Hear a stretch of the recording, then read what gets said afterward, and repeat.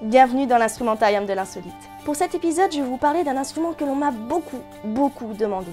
Insolite, oui et non, car même s'il revient beaucoup au goût du jour ces derniers temps, il reste quand même en marge de l'instrumentarium dit classique que l'on connaît tous. Donc avant de commencer, je vais vous demander quel est le point commun entre un luth ou une guitare, un violon et une roue.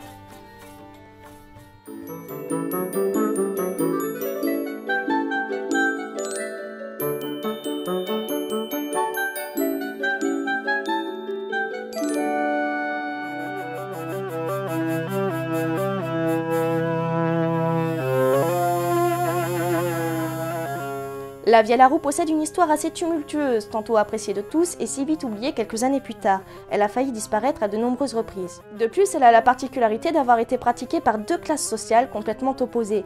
Elle fut à la fois jouée par les gueux et par la noblesse. C'est l'un des seuls instruments à avoir connu un tel contraste dans son utilisation. La vielle à roue est un instrument à cordes frottées, comme le violon, l'alto ou le violoncelle.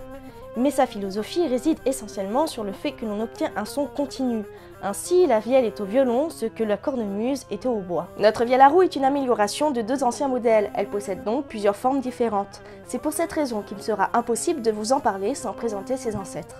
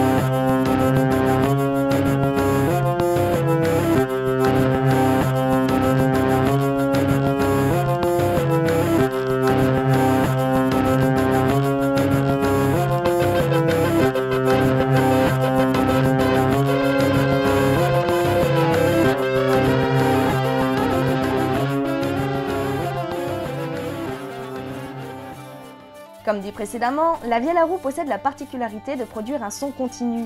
Pour obtenir cela, l'archet cède la place à une roue en bois poli, enduite de colophane, elle-même actionnée par une manivelle.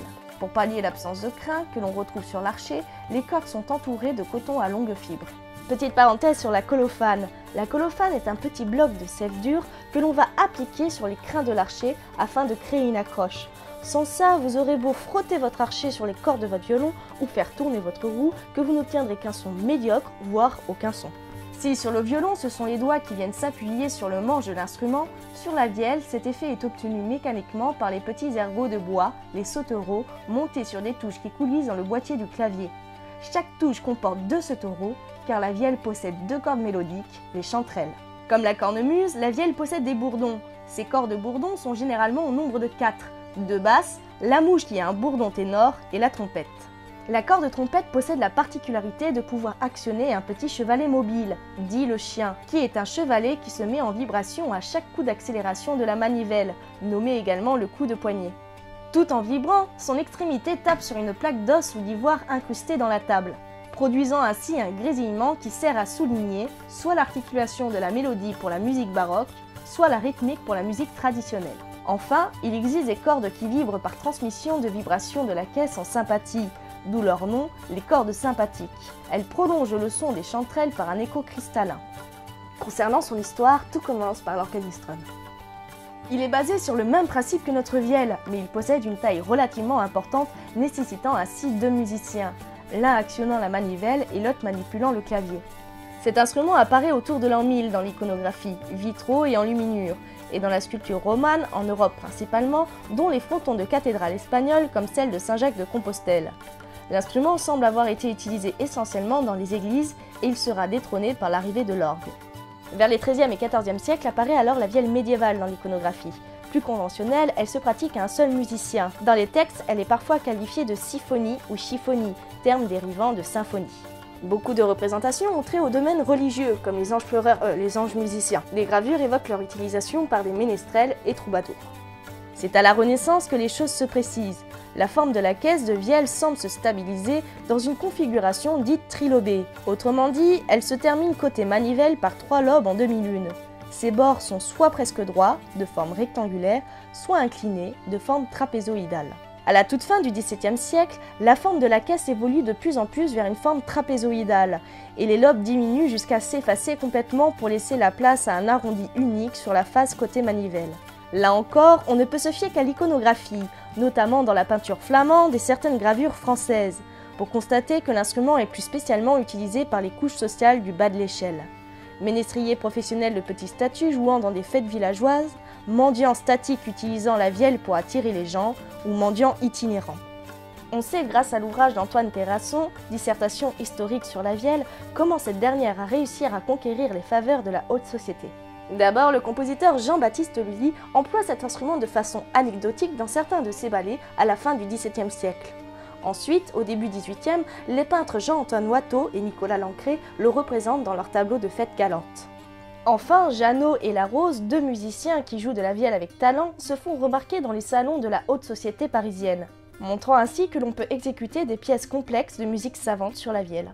C'est le début d'une ascension fulgurante qui va marquer une grande partie du XVIIIe siècle. Flairant ce phénomène de mode, le luthier versaillais Henri Baton eut l'idée de concevoir une vielle sur corde de guitare en 1716. Le son doux et flatteur séduit, nous sommes bien loin des crin-crins des vielles de mendiants. Poursuivant ses expériences, Baton, dans les années 1720, eut l'idée d'employer cette fois-ci une caisse de luth. Les deux formes standardisées de vielle, plate et ronde, sont ainsi définies. Dès lors, des luthiers renommés pour leur instrument à cordes vont se lancer dans la fabrication de vielles à roue. Et naturellement, les compositeurs suivent, on publie à tour de bras de la musique de chambre. Plus de 180 livrets de partitions pour vielle sont édités entre 1730 et 1760. Se positionnant ainsi en termes de publication au troisième rang après le violon et la flûte traversière. Le compositeur Nicolas Chédeville propose même une transcription des 4 saisons de Vivaldi pour musette et vielle. On publie alors des méthodes d'apprentissage qui sont des précieux témoignages sur le jeu de l'époque. Les dames de la haute société jettent leur dévolu sur l'instrument. Apparemment, dès lors que l'on sait que Marie Leczinska, reine de France et de Navarre, s'y adonne elle aussi. Même si le duc de Luynes révèle dans ses mémoires qu'elle jouait avec peu de talent. De très nombreux portraits datés du XVIIIe représentant des femmes jouant de la vielle témoignent de cet engouement. Avec la fin de la mode de la musique baroque dans les années 1760, la vielle va connaître un déclin et retournera peu à peu dans les basses couches. Quand débute la Révolution de 1789, la haute société s'est déjà largement détournée de la vielle. Néanmoins, elle est encore présente dans les châteaux et hôtels particuliers, mais elle sera soit détruite lors des pillages, soit revendue à petit prix. Au XIXe siècle, après la Révolution française, le peuple prit d'une grande nostalgie du XVIIIe. La nouvelle bourgeoisie rurale rêve de s'approprier les privilèges de la noblesse autrefois inaccessibles et se met alors à fantasmer sur la vielle.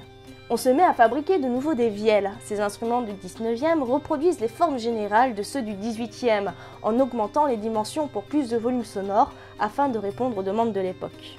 Pour renforcer le maintien des traditions, on voit apparaître des groupes folkloriques pratiquant de la vielle à roue et qui se veulent le conservatoire des musiques et danses traditionnelles. Selon les régions, le déclin est plus ou moins rapide et dans les années 1960, pratiquer de cet instrument est devenu complètement ringard. La lutherie de la vielle disparaît quasiment. Et vint alors le mouvement folk dans les années 1970. On redécouvre la vielle à roue. Après avoir surtout copié les vielles rondes et plates du XIXe siècle, les nouveaux luthiers innovent à leur tour en proposant des formes plus ou moins inédites. Ils s'adaptent aussi aux contraintes de la sonorisation, posant des micro-contacts dans les caisses, proposant même des modèles entièrement électroacoustiques. La première vielle à roue électrique, créée en 1980 par Jean-Luc Bléton, est visible au musée de la musique populaire de Montluçon. Dans le domaine de la musique ancienne, on redécouvre la vielle à roue baroque, tandis que sur les fêtes médiévales, on propose une musique réinventée à mi-chemin entre les musiques Renaissance et folk. La vielle se fait également populariser de nos jours avec des groupes folkloriques allant même jusqu'au rock avec Led Zeppelin ou au métal avec le groupe Helvétie. Finalement, on n'aura probablement jamais construit autant de vielles à roue qu'au XXe et XXIe siècle, certainement plus que dans toute la période précédente. Pour terminer cette vidéo, j'aimerais remercier deux représentants de l'ensemble baroque Raisonner Musette. Vous aurez le lien dans la description. Christine Donard, vielliste, qui m'a donné l'autorisation de prendre photo de ces instruments, et Dominique Paris, dirigeant de l'ensemble, qui m'a aidé à l'écriture de cet épisode.